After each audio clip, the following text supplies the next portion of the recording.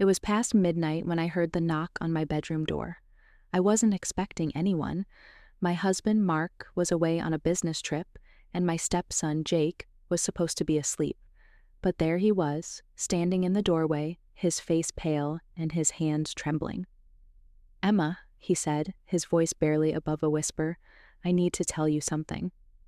I could tell by the look in his eyes that this wasn't just a late-night chat.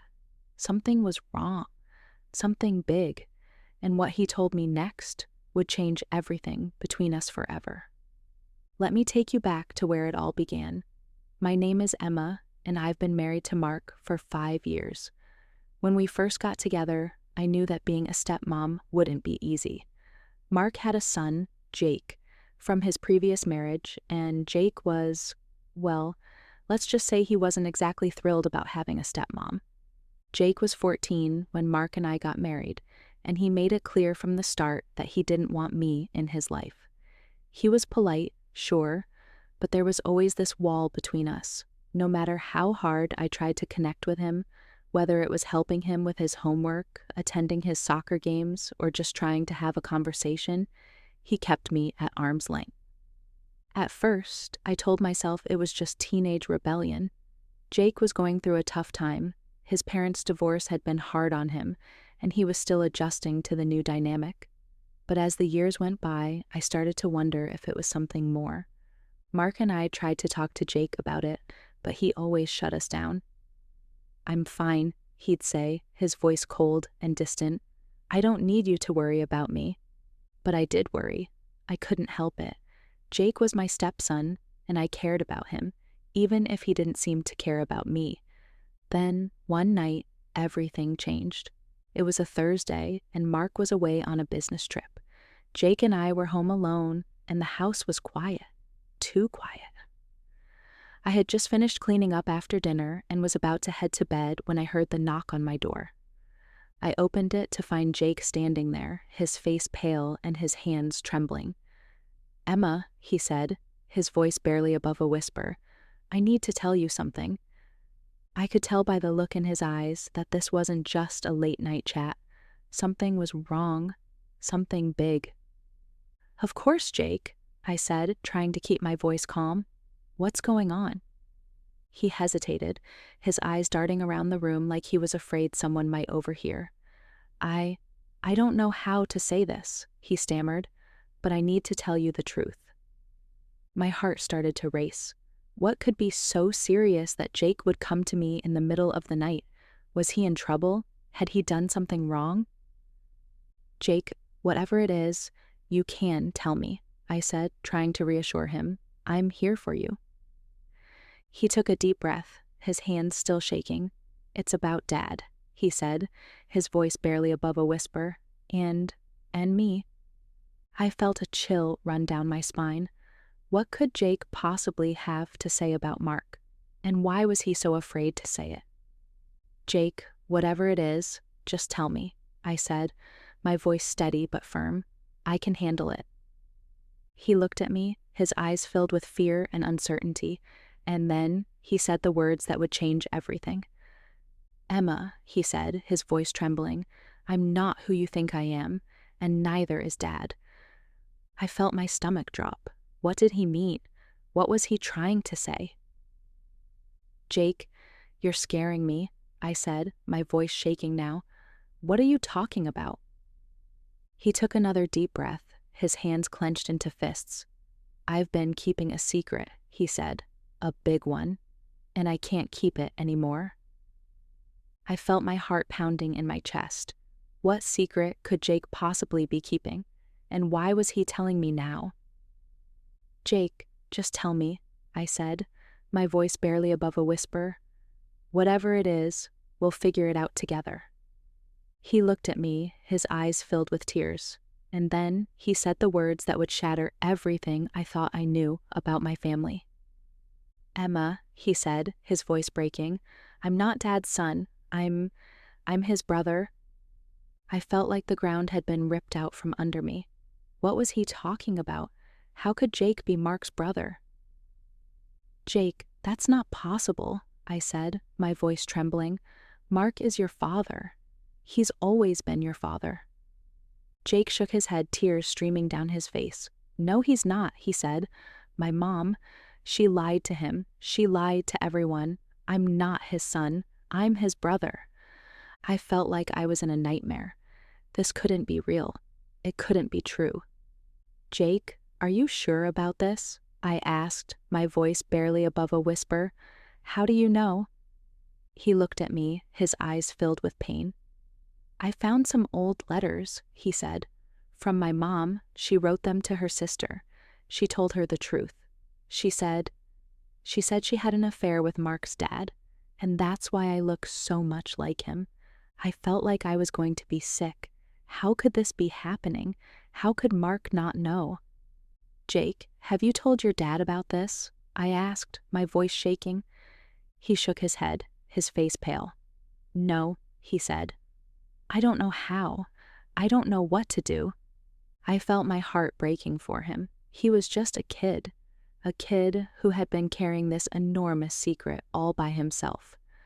"Jake, we'll figure this out," I said, trying to sound calm, even though I was anything but. "But you need to tell your dad. He deserves to know the truth." Jake looked at me, his eyes filled with fear. "What if he hates me?" he asked, his voice trembling. "What if he doesn't want me anymore?" I felt tears welling up in my eyes. How could Jake think that? How could he think that Mark would ever stop loving him? "Jake, your dad loves you," I said, my voice breaking. Nothing could ever change that. But even as I said the words, I wasn't sure if I believed them. How would Mark react when he found out the truth? How would this change everything between us? I didn't have the answers. All I knew was that our lives were about to change forever. The days that followed Jake's confession were a blur. I felt like I was living in a nightmare, one where everything I thought I knew about my family had been turned upside down. Jake's words echoed in my mind over and over again. "I'm not Dad's son, I'm his brother." How could this be true? How could Mark not know? And how could Jake have carried this secret alone for so long? The first thing I did was call Mark. He was still away on his business trip, but I knew I couldn't wait until he got home to tell him. He needed to know the truth, no matter how painful it was. When I told him, there was a long silence on the other end of the line. For a moment, I thought he hadn't heard me. But then his voice came through, shaky and barely audible. "Emma, are you sure about this? Did he show you proof?" I told him about the letters Jake had found, letters from his ex-wife, Sarah, to her sister, confessing the truth about Jake's paternity. Mark listened in silence, and when I finished, he let out a deep, shuddering breath. "I need to come home," he said. "I need to talk to Jake." Mark cut his trip short and came home the next day. The tension in the house was unbearable. Jake stayed in his room, refusing to come out, and Mark and I sat in the living room, trying to process everything. "How could she do this?" Mark asked, his voice filled with anger and pain. "How could Sarah keep this from me, from Jake, from all of us?" I didn't have an answer. All I could do was sit there, holding his hand, trying to offer some comfort. But inside, I was just as lost as he was. When Mark finally went up to talk to Jake, I stayed downstairs, my heart pounding in my chest. I didn't know what to expect. Would Mark be angry? Would he reject Jake? Would this tear our family apart? The conversation lasted for hours. I could hear their voices through the walls, sometimes raised in anger, sometimes breaking with emotion. And when they finally came downstairs, both of them looked exhausted, their eyes red and swollen from crying. Mark sat down next to me, his face pale and drawn. "Jake told me everything," he said, his voice trembling. "He showed me the letters. It's true. He's my brother." I felt my heart break for him, for both of them. How could something like this happen? How could a family be built on such a devastating lie? But then Mark did something I didn't expect. He turned to Jake, his eyes filled with tears, and said, "Jake, no matter what, you're my son. You'll always be my son. Nothing could ever change that. Jake broke down in tears, and the two of them hugged, a long, tight hug that seemed to say more than words ever could. In that moment, I realized something. Despite the pain, despite the betrayal, Mark still loved Jake, and that love was stronger than any lie. But even as I watched them, I couldn't shake the feeling that things would never be the same. The truth had changed everything, and we were all going to have to find a way to live with it. The weeks that followed were some of the hardest of my life. Mark and Jake tried to rebuild their relationship, but it wasn't easy. There were moments of anger, moments of sadness, and moments of awkward silence. One night, about a week after Mark came home, I overheard them talking in the kitchen. Jake's voice was low and hesitant, but I could hear the pain in his words. "Dad, I'm sorry," he said. "I didn't mean to hurt you. I didn't know what to do." Mark's voice was soft but firm. "Jake, you don't have to apologize. This isn't your fault. You didn't ask for this, and you're not the one who lied." There was a long pause, and then Jake said something that broke my heart. "Do you think Mom knew? Do you think she knew the whole time?" Mark sighed, his voice heavy with emotion. "I don't know, Jake, but it doesn't matter now. What matters is that we're here, and we're going to figure this out together." I wanted to believe him. I wanted to believe that we could move past this, that we could find a way to heal. But deep down, I wasn't sure. The hardest part was dealing with Sarah. Mark tried to reach out to her, to confront her about the letters and the lies, but she refused to talk to him. She wouldn't answer his calls, wouldn't respond to his messages. It was like she had disappeared. Jake, on the other hand, was torn. Part of him wanted to confront his mom, to demand answers, but another part of him was afraid of what he might find out, afraid of losing her too. One day, about a month after the confession, Jake came to me with a question I wasn't prepared for. "Emma," he said, his voice trembling, "do you think I should do a DNA test to know for sure?" I didn't know what to say. On one hand, I understood why he wanted to know the truth, but on the other hand, I worried about what it might do to him, to all of us. "Jake, that's a big decision," I said, trying to choose my words carefully, "and it's one only you can make. But whatever you decide, we'll support you." He nodded, his eyes filled with uncertainty. I need to know," he said. "I can't keep living with this doubt." In the end, Jake decided to go through with the DNA test. It was a painful process for all of us. But when the results came back, there was no denying the truth. Jake was not Mark's son. He was his brother. The confirmation hit us all hard. Mark struggled with feelings of betrayal and anger, while Jake grappled with his identity and his place in the family. As for me, I felt like I was caught in the middle, trying to hold everything together while my own world was falling apart. But through it all, one thing remained constant: our love for each other. It wasn't easy, and there were times when I thought we might not make it, but we kept trying because we knew that our family was worth fighting for. One of the most difficult parts of the aftermath was dealing with the outside world. We didn't tell many people about what had happened, just close family and friends. But even then, the reactions were mixed. Some people were supportive, offering their love and understanding. Others were judgmental, questioning how we could move forward after such a betrayal. The hardest part was dealing with Mark's parents. When Mark told them the truth, they were devastated. They had always adored Jake, and the idea that he wasn't their grandson was almost too much for them to bear. Mark's father, in particular, struggled with the news. He had always been so proud of Jake, so invested in his future. And now, to find out that Jake was his son, not his grandson, it was a lot to process. But to their credit, Mark's parents didn't turn their backs on Jake. They still loved him, still saw him as part of the family. And that meant more to Jake and to all of us than words could ever express. As for me, I tried to focus on being there for Mark and Jake. I knew they were both hurting, and I wanted to do whatever I could to help them heal. But it wasn't easy. There were times when I felt like I was drowning in my own emotions, times when I didn't know if I could keep going. But I did. Because that's what families do. We fight for each other, even when it's hard, even when it hurts. And slowly, over time, we started to heal. It wasn't a linear process. There were setbacks, moments of doubt, moments of pain, but we kept moving forward one step at a time. And in the end, that's what mattered. Not the lies, not the betrayal, but the love that held us together. Because no matter what, we were still a family.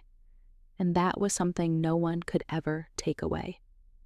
Time has a way of softening even the sharpest edges of pain. It doesn't erase the hurt, but it gives you the space to breathe, to heal, to rebuild. And that's exactly what we did. Slowly, painfully, but together. The months that followed Jake's confession were some of the hardest of our lives. Mark and Jake worked tirelessly to rebuild their relationship, but it wasn't easy. There were moments of anger, moments of sadness, and moments of awkward silence, but through it all, they never gave up on each other. One of the biggest challenges was redefining their roles. Mark had always been Jake's father, and Jake had always been his son. But now they had to come to terms with the fact that their relationship was different. Mark was Jake's brother, not his father. And that was a hard truth to accept. But over time, they found a way to make it work. They started spending more time together, talking openly about their feelings and their fears. And slowly, they began to rebuild the trust that had been shattered by the truth. As for me, I tried to focus on being there for both of them.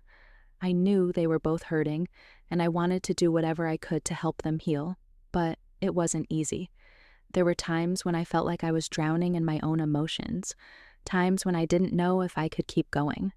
But I did, because that's what families do. We fight for each other, even when it's hard, even when it hurts. And slowly, over time, we started to heal. It wasn't a linear process. There were setbacks, moments of doubt, moments of pain, but we kept moving forward one step at a time. One of the most important steps was therapy. Mark, Jake, and I started seeing a family therapist, and it made a world of difference. Having a safe space to talk about our feelings, to process the pain, and to work through the anger was invaluable.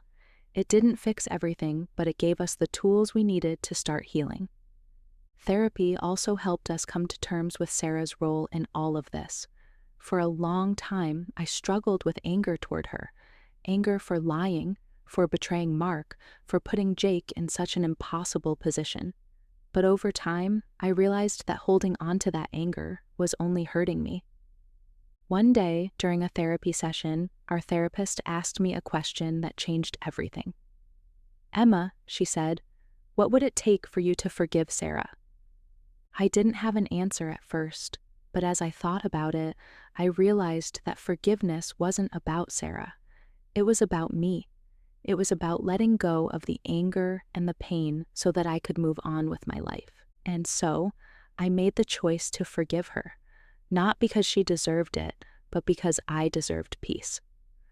Mark and Jake also struggled with their feelings toward Sarah. Mark, in particular, had a hard time letting go of the anger, but over time, he came to realize that holding on to that anger was only hurting him. And so, he made the choice to forgive her too. Jake, on the other hand, had a harder time.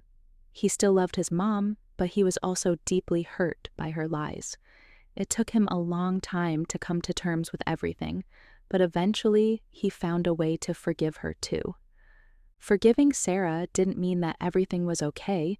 It didn't mean that we were suddenly a happy family again, but it did mean that we were able to let go of the pain and start moving forward. And that's exactly what we did. We focused on rebuilding our relationships, on creating new memories, and on finding joy in the little things. One of the most important steps in our healing journey was redefining what family meant to us. For so long, we had been defined by the roles we played. Mark was the father, Jake was the son, and I was the stepmom. But now, those roles had changed. Mark was no longer Jake's father, but he was still his family. And Jake was no longer Mark's son, but he was still his brother. And I was still there, loving and supporting both of them, no matter what. It wasn't easy, and there were times when it felt like we were starting from scratch, but we kept going because we knew that our family was worth fighting for. And slowly, over time, we started to find our new normal. It wasn't perfect, but it was ours. And that was enough. One of the most surprising things to come out of all of this was the way it brought Mark and me closer together. In the beginning, I was afraid that the truth would tear us apart, but instead, it brought us closer. We leaned on each other, supported each other, and fought for each other. And through it all, we realized just how strong our love was. There were moments when it was hard, moments when the pain and the anger threatened to overwhelm us, but we never gave up on each other, and in the end, that's what mattered. As for Jake, he grew so much through all of this. He went from being a scared, confused teenager to a strong, resilient young man. He learned how to face his fears, how to stand up for himself, and how to forgive. And through it all, he never lost his sense of humor or his kind heart. He was still the same Jake we had always known and loved, just a little wiser, a little stronger, and a little more sure of himself. One of the proudest moments of my life was watching Jake graduate from high school. It was a bittersweet day. Mark and I were so proud of him, but we also couldn't help but think about everything we had been through to get to that point. As we watched Jake walk across the stage, I felt a surge of emotion. He had come so far, and he had done it with grace and courage, and I knew that no matter what the future held, he was going to be okay. After the ceremony, we all went out to dinner to celebrate. It was a happy, joyful occasion, and for the first time in a long time, it felt like we were truly a family again. As we sat there, laughing and talking, I realized something. The truth had changed us, but it hadn't broken us. If anything, it had made us stronger. We had faced the worst and come out the other side, and we had done it together. And that's what family is all about. It's not about the roles we play or the labels we wear. It's about the love we share, the bonds we build, and the way we show up for each other, no matter what. This is our story, and this is how we reacted. It's not perfect, it's not clean, but it's real. And maybe, just maybe, it's a reminder that life is full of impossible choices. Choices that test us, that break us, and that ultimately define who we are. I don't have all the answers, but I do know this. We made the choice to fight for each other, and that's all any of us can do.